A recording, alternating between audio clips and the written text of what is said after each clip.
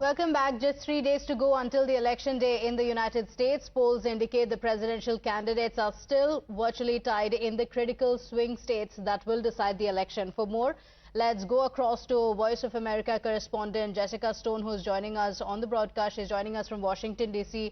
Well, Jessica, millions of Americans have taken advantage of the chance to vote early this election cycle. Do we see any trends in the turnout that can help predict the outcome of the race next week?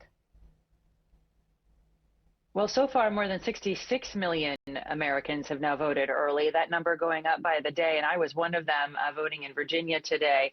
Trump has encouraged Republicans to vote more early vote, and so we are seeing higher numbers of Republicans vote early than we did 4 years ago, because, of course, that's when he said, don't vote early. Also, we see overall fewer Americans overall voting from last election cycle, voting early, and that could be attributed to just the fact that we were in the middle of a pandemic 4 years ago. Now, Reuters polling indicates that Harris is so far leading with blacks, Hispanics, and women, Trump with whites and men. He has increased his share of Hispanics and blacks, but Harris still leads overall in those categories. And in these final days, both of these candidates are really honing in on the Latino vote. They've spent time in Nevada, in Arizona. They'll also spend time in Pennsylvania, which is a critical battleground state with 19 electoral votes for the winner. And that is a key marker, a key bellwether of who will ultimately win the White House. So the former President Donald Trump is a Republican candidate. What should the voters expect if he is voted to power? Take a look at this report. The Fox News decision desk can now project that former Vice President Joe Biden has been elected President of the United States. It was supposed to be the end. But when the end came, Donald J. Trump, 45th President of the United States, wasn't ready to admit defeat. If you count the legal votes, I easily win. If you count the illegal votes, they can try to steal the election from us. Trump urged supporters to prevent Congress from certifying those results on January 6, 2021. We fight like hell, and if you don't fight like hell, you're not going to have a country anymore. What resulted was a scene previously unimaginable in America that led to his second impeachment.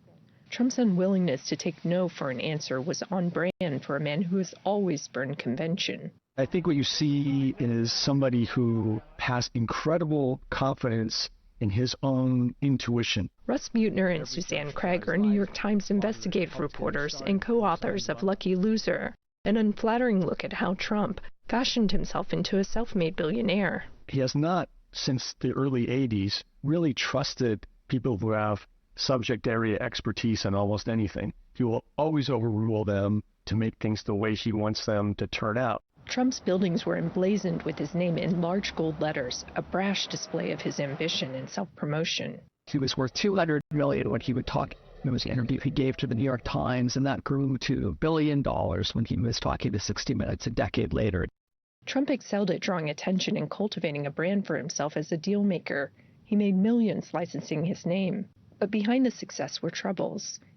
His companies filed for bankruptcy 6 times. His casinos lost money and were shuttered. Trump rebounded with his TV show The Apprentice, which led to his biggest role yet. Ladies and gentlemen, I am officially running for President of the United States, and we are going to make our country great again.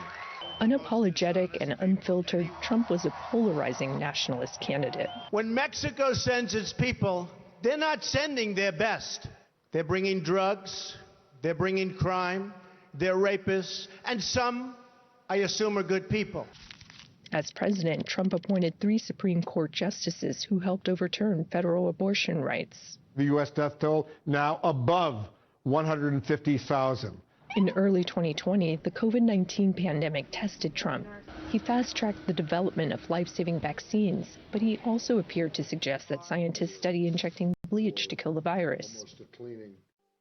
With over 9 million Americans infected and a death toll exceeding 230,000, voters that November chose Joe Biden as their next president.